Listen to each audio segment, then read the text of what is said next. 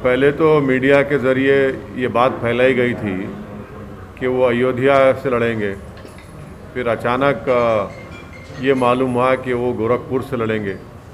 तो मुझे उम्मीद है कि गोरखपुर के जनता जिस तरह कोविड के सेकेंड वेव में योगी सरकार बिल्कुल गायब नज़र आई थी और उत्तर प्रदेश की जनता को उनके हाल पर छोड़ दिया था, जिस तरीके से गंगा के पानी के ऊपर हज़ारों लाखों लोगों की लाशें तीर रही थी, वैसे ही गोरखपुर में राप्ती नदी में कई लाशें बह रही थी। तो मुझे उम्मीद है कि गोरखपुर की जनता राप्ती नदी में जो गरीब आवाम की बेबसी और लाचारी और उनकी मौत और उनके भाई बहन बेटे की लाशें जो बह रही थी, वो उसको याद रखेंगी और एक अच्छा फ़ैसला लेंगी योगी आदित्यनाथ के ख़िलाफ़। सर, जैसे कि अभी योगी आदित्यनाथ गोरखपुर से लड़ रहे हैं, पर बीजेपी ने साथ ही साथ अखिलेश यादव, प्रियंका गांधी और मायावती को भी चैलेंज किया है कि वो अपने कैंडिडेट्स सीट पे डिक्लेयर करें, या तो फिर वो डर गए हैं बीजेपी से। इलेक्शन जो लड़ा जाता है वो डेमोक्रेसी का एक उसूल है और उसके ऊपर लड़ा जाता है। तो डर किसी से डरा नहीं जाता, कैंडिडेट खड़ा किए जाएंगे और जनता फैसला करेगी। सर, आपकी तैयारी कैसी है अपने 9 कैंडिडेट्स की? हाँ, हमारे पार्टी प्रेसिडेंट ने इस बात का ऐलान किया है कि हम लोग उत्तर प्रदेश के विधानसभा में 100 विधानसभा की सीट पर लड़ने की तैयारी कर रहे हैं और पहली लिस्ट हमने फर्स्ट फेज़ की जारी की है और भी कैंडिडेट्स दूसरे फेज़ के और दूसरे जितने फेज़ हैं उसके जारी किए जाएंगे और हम लोग पूरी तैयारी कर रहे हैं, पूरी तैयारी के साथ इस चुनाव में मुकाबला कर रहे हैं। और जाहिर है कि इलेक्शन कमीशन के गाइडलाइंस को फॉलो करते हुए, क्योंकि फिज़िकल रैलीज़ अलाउ नहीं कर रहे हैं, तो हम लोग वर्चुअल रैलीज़ भी करेंगे और जो भी मॉडर्न टेक्नोलॉजी के जो टूल्स हमारे पास हैं उसको इस्तेमाल करेंगे इलेक्शन कमीशन के रूल्स और गाइडलाइंस को देखते हुए। सर, आपकी रैलियों में काफ़ी तादाद में भीड़ इकट्ठा होती है। ये भी कहा जाता है कि आपकी रैलियों में भीड़ लाई नहीं जाती, खुद इकट्ठा होती है और आपको यूपी में रिस्पॉन्स भी मिल रहा है। ऐसी स्थिति में जब इस तरह के रिस्ट्रिक्शंस लगे हैं तो आपको नहीं लगता कि आपको नुकसान होगा जो आप फिजिकल रैलियाँ नहीं कर रहे हैं? नहीं, तो देखिए, हम अकेले तो नहीं है। हर पॉलिटिकल पार्टी को इलेक्शन कमीशन ने कह दिया कि फिजिकल रैलीज अलाउ नहीं करेंगे।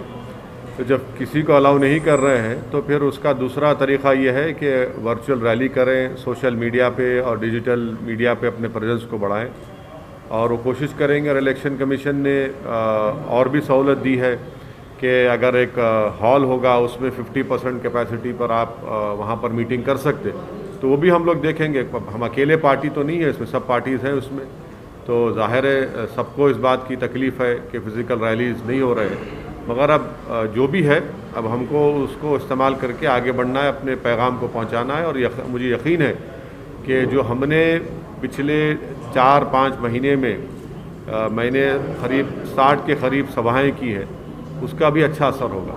पर सर, क्या कोविड की वजह से रिजल्ट्स पे इम्पैक्ट पड़ेगा यूपी में? अब ये बताना मुश्किल है कि किस तरीके से कोविड फैलेगा, क्या होगा। बट अब इलेक्शन कमीशन ने अपने विजडम में फ़ैसला लिया है चुनाव कराने का, तो हम पॉलिटिकल पार्टीज़ में पूरा अपना ताउन देंगे, कोऑपरेट करेंगे ताकि लोग ज़्यादा से ज़्यादा निकल कर अपने वोट का इस्तेमाल करें और हमारी पार्टी के उम्मीदवारों को कामयाब करें। सर, मौजूदा रिस्ट्रिक्शंस के मद्देनजर आपका हैदराबाद से सुना गया है कि आपका हैदराबाद से आप कैंपेनिंग नहीं कर पा रहे हैं, तो लखनऊ में कैंप करने वाले हैं? नहीं, तो बात बिल्कुल सही है। अब जैसा ही ये हमारे कैंडिडेट्स का नॉमिनेशन हो जाएगा, प्रोसेस शुरू हो चुका है, तो यकीनन मैं लखनऊ भी जाऊंगा, वेस्टर्न यूपी में भी जाकर किसी जगह पर अगर हम वर्चुअल रैली करेंगे, आवाम से मुलाकात होगी या जो भी इलेक्शन कमीशन के रूल्स और गाइडलाइंस के तहत काम करना है करेंगे। सर, वही पुराना सवाल जो आपके बारे में कहा जाता है कि आप उत्तर प्रदेश में बीजेपी को जिताने के लिए मेहनत कर रहे हैं, न कि अपनी सीटें। अब ये तो इल्ज़ाम ज़िंदगी भर मुझ पर लगता रहेगा, इसकी मुझे कोई फ़िक्र नहीं है। सवाल ये पैदा होता है कि 2014 में, 17 में, 19 में क्यों उत्तर प्रदेश में बीजेपी जीती। मेरे सवाल का जवाब कोई नहीं दे पा रहा है। इसलिए नहीं दे पा रहा है कि सच्चाई ये है कि ये तमाम नाम निहा सेकुलर पार्टीज़ बीजेपी को हराने में नाकाम साबित हुई हैं। और ये भी कोई नहीं बता पा रहा है कि 2019 में MIM पार्टी सिर्फ 3 लोकसभा की सीट लड़ी तो बीजेपी कैसे 306 के ऊपर जीत जाती है। तो ये सब सवालात हैं। ये बुखलाहट का शिकार और फ्रस्ट्रेशन का शिकार होकर इनको अपनी शिकस्त नज़र आ रही है। इनके पास खुद आइडियोलॉजिकली और इंटेलेक्चुअली कैपेसिटी नहीं है बीजेपी को हराने की, तो इसीलिए मजलिस पर इल्ज़ाम लगाते हैं। सर, एक सीनियर जर्नलिस्ट ने एक आर्टिकल लिखा है कि आप थोड़ा यूपी इलेक्शन नज़दीक आया, थोड़ा स्लो हो गए, आप उतने तेवर उतना आक्रामकता नहीं लगे। नहीं तो उनको अपनी राय का हक हासिल है। वो सीनियर कितने हैं, जूनियर कितने, मुझे उससे परवाह नहीं है। लोग लिखते रहते हैं, अब उनको खुशी हो रही है या पेट में दर्द हो रहा है मेरे को नहीं मालूम, और हम तो अपना काम कर रहे हैं और करते रहेंगे। Sir, NCPCR writes to DM Sharanpur stating that complaint received against Darul Uloom Deoband's website and unlawful and misleading fatwas being issued by them. Well, the NCPCR should know that a fatwa is what? A fatwa is a mere legal opinion given. It does not have any legal according to legal significance. It is an opinion given by the ulama and the scholars, and then they have the right to give it. The Supreme Court also had mentioned it in many cases. It's only a legal opinion that has been given, and if they are indulging in such behavior, it clearly shows that they have some vested interest in this. सर, इमरान मसूद जो कांग्रेस छोड़ के SP की तरफ गए पर उनको वहाँ पे भी टिकट नहीं मिली, तो क्या MIM उनसे बातचीत कर रहे हैं इमरान मसूद से? नहीं, इमरान मसूद साहब से हमारी कोई कांटेक्ट नहीं है, ना उनसे कोई बातचीत है। हाँ, ये बात सही है कि वो समाजवादी पार्टी में गए और उसके बाद जो मीडिया की इत्तलात हैं कि वहाँ से भी उनको इज़्ज़त और उनका मुकाम नहीं दिया गया।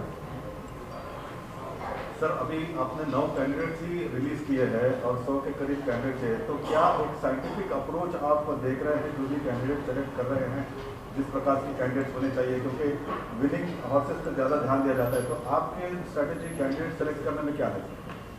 देखिए, कैंडिडेट के सिलेक्शन में कोई साइंटिफिक अप्रोच ज़्यादा स्ट्रांग वर्ड हो जाता है पॉलिटिक्स में, पर यह है कि ज़ाहिर है हमारे पार्टी से लोग काम करते आए हैं, जो वाबस्ता रहे हैं और जो अच्छा मुकाबला कर सकेंगे, जो जीत सकेंगे, और उसमें बहुत से हर असम्बली कॉन्स्टिट्यूंसीज़ में मुख्तलिफ कंसिडरेशन होते हैं। उन तमाम को सामने रख कर ही एक फ़ैसला हमारी पार्टी के ज़िम्मेदारों ने लिया है और अच्छा फैसला लिया है। Sir, all India Muslim personal law board ने आपको लेटर लिखा sir? All India Muslim personal law board नहीं लिखा मुझे लेटर, वो गलत बात है। All India Muslim personal law board का कॉन्स्टिट्यूशन क्लियर है, वो पॉलिटिक्स में इन्वॉल्व नहीं होता। तो आपको ये बात समझने की ज़रूरत है। कई मरतबा हम ये कह चुके हैं कि पर्सनल लॉ बोर्ड सियासत से, अमली सियासत से उसका कोई ताल्लुक़ नहीं है, ना वो उनका पोजीशन है। सर, कांग्रेस चीफ पंजाब के कांग्रेस चीफ पूरे non rule BJP states governments minister से मुलाकात कर रहे हैं एलॉन मस्क के जो कंपनी सेटअप के ट्वीट के ऊपर, और पहला इनिशिएटिव यहीं से लिया गया, KTR ने किया था। आप इसमें क्या? मैं वेलकम करता हूं जनाब KT रामाराव साहब ने जो टेस्ला कंपनी को दावत दी तेलंगाना में आने की, यहाँ पर उन्होंने फैक्ट्री खोलने की, और स्टेट गवर्नमेंट ने ये कहा है कि वो हर तरह से सहूलतें देंगी, हर तरह से उनको मदद करेगी ताकि टेस्ला की फैक्ट्री भारत में तेलंगाना में शुरू हो। मैं वेलकम करता हूं KTR के स्टेटमेंट का। उम्मीद करते हैं कि टेस्ला अगर भारत में अपनी फैक्ट्री को क़ायम करेगा तो तेलंगाना एक प्रोग्रेसिव स्टेट है जहां पर सबसे बड़ा एक इन्वेस्टमेंट डेस्टिनेशन बना हुआ है और इंफ्रास्ट्रक्चर और हर एतबार से बेहतरीन जगह है। उम्मीद करते हैं कि जो उन्होंने वेलकम किया है वो एक हकीकी रूप इख्तियार करे तेलंगाना में टेस्ला आकर। सर, उनका डिमांड्स डिफरेंट है और ये स्टेट्स मिलकर पॉलिटिक्स करना नहीं हो सेंटर के खिलाफ, मतलब जो भी डिसीजन लिया जाए मिलजुल के वजह से। सिर्फ नॉन बीजेपी रूल स्टेट्स ही उनको इनवाइट कर रहा है। तो बीजेपी रूल स्टेट्स भी इनवाइट करिए, कौन रोक रहा है उनको? कौन रोक रहा है भाई? टेस्ला आना चाहिए ना इंडिया में, क्यों नहीं? बुरी बात क्या है आने में? क्या सिर्फ चीन से इंपोर्ट बढ़ते रहेगा क्या भारत का? इतना ट्रेड डेफिसिट पैदा हो चुका है कि हिस्टोरिकली एक हिस्टोरिक हो गया है, तो सबसे ज़्यादा इंपोर्ट चीन से हो रहा है। तो क्यों नहीं टेस्ला आने में क्या है? जब गवर्नमेंट बोल रही है कि इलेक्ट्रिक व्हीकल्स की प्रमोट करेंगे, पॉलिसी बनाए हैं, तो यकीनन कोशिश करनी चाहिए। Anything on alliance, are you looking for smaller parties to align with? Maybe only time will tell, but as of now we are completely geared and ready to fight the election. If it happens, we'll let you know. Sir, anything on Malegaon? Nothing. It is now the ball is in NIA court. It is the NIA's duty to do justice to the people who have died in that bomb blast.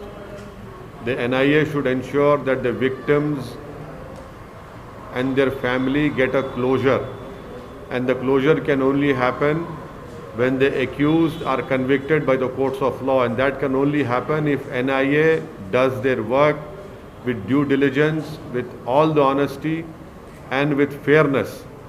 Otherwise, I fear that what happened in Makkah Masjid bomb blast case, what happened in Khaja Ajmeri bomb blast case, what happened in Samjhota bomb blast case, where there has been no justice has been done. We do not want the same fate to happen in this Malegaon bomb blast case.